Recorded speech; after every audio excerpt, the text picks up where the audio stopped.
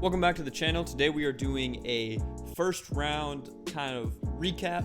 I've let the picks sit for a little while. This isn't gonna come out right after the draft, of course.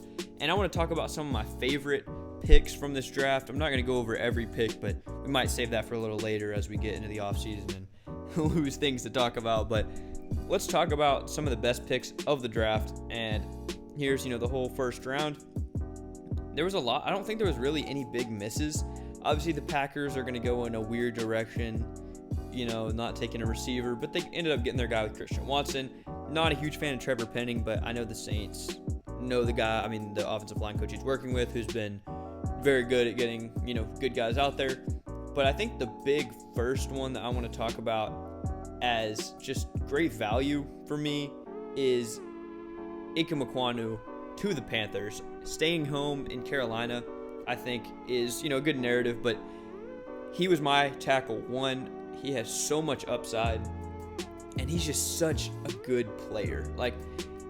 He's just so incredibly talented, and they got him at 6. And a lot of my mock drafts where it was what I would do, I would have, Aiden Hutchinson, Kayvon Thibodeau at 1 and 2, and then tackle to the Texans, tackle to the Jets. I'd probably have Icky there, and tackle to the Giants. And the Panthers would be in a terrible situation. So I kind of wasn't sure if they were going to get one, because I thought 3 of these tackles were guys that could have gone top 5 before the Panthers, and I thought that would have put them in a bad situation. But they ended up getting their pick of the 3 tackles, and they got Ikem. Giants obviously ended up well with Evan Neal at 7. I think that was a good strategy to take edge there and then just get tackle 2 at pick 7.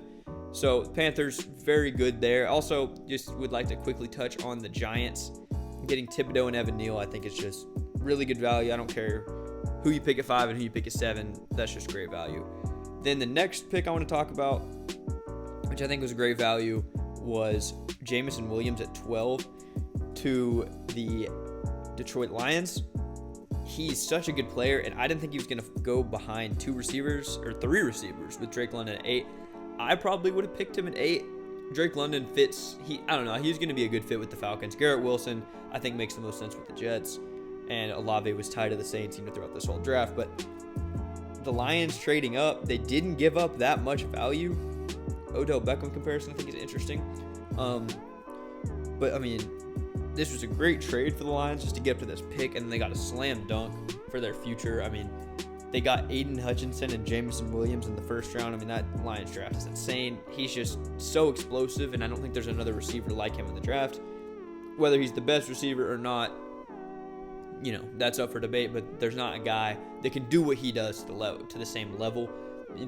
He's in that just elite speed. There's guys that are fast, but there's guys that are fast, which are, your Tyreek Hills and such. So Jameson Williams hopefully can be in that conversation, bigger than Tyreek Hill. I don't know if he's as thick, but he's definitely taller. So great pick for the Lions. Also, I'd like to talk about Jordan Davis. Good value. I thought the Ravens were going to try to move up for him, but the Eagles jumped the Ravens to move up for him. And going to be such a good player on that interior. I just think he's so talented and so much fun as a player. And now let's get a little bit later in the draft and talk about some other great picks. Trent McDuffie falling to Kansas City, I think, was a slam dunk. I think he can be so good. He can play a variety of roles, which is kind of been the confusing thing. Is I've seen a lot of talk that he could play the Tyrann Mathieu role for the Chiefs, which is kind of the star or the guy who moves around just everywhere you want to call it. He can play safety. I think he can play slot. He can play outside. He can play in the box. I think he's so talented. Obviously he's light, but that's not gonna he's a small guy, but he doesn't play like it. So very, very happy, especially for Kansas City, getting him at 21. Moved up, didn't give up a ton of assets, and I think that was just a great pick. Now here at the bottom, I think Daxton Hill to the Bengals was another of the slam dunks of the draft. We got one more after this, and then we'll talk about some of the less picks I'm excited about, but that'll be in the next video. So Daxton Hill, great value here for the Bengals. They have Eric Berry as his comparison, and I think if he can be Eric Berry, then this is a slam dunk. Eric Berry, what did he go at? He went in the top 15. I know he might have gone at 6 or 8. I don't think he fell to 15. So Eric Berry, one of the best players I've ever seen. Just absolute, Kansas City legend.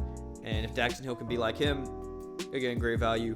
The Bengals didn't really need safety that much, I didn't think, with Jesse Bates and with Von Bell. But I think he's kind of leveraged as Jesse Bates is playing under the franchise tag. So this is more of a future pick and future-proof in their roster, because if Jesse Bates wants too much money, they can say, okay, go to some other team, because they just kind of have the leverage here with a guy who can play like him, hopefully, for a lot cheaper. And then our last pick, obviously one you've heard a lot about, and that was Jermaine Johnson falling all the way to 26. He's just so talented, already pro-ready, I think. I think in my predictive mock, I had him at 4. I was buying that hype. Was a little bit wrong, but still went to the Jets, and I think he just has so much potential, as well as a pretty high floor, and I think he's going to be so good at the next level. So that's going to wrap it up for this, shorter video today where we talked about the first round. I think we'll go through the best picks maybe of every round, and this doesn't mean any of the picks I didn't talk about were bad, of course. I really didn't think there was any bad picks in the first round, anything. There was no Alex Leatherwoods this year or anything of that nature, Cleveland Farrells. I don't think so. That's going to wrap it up for today.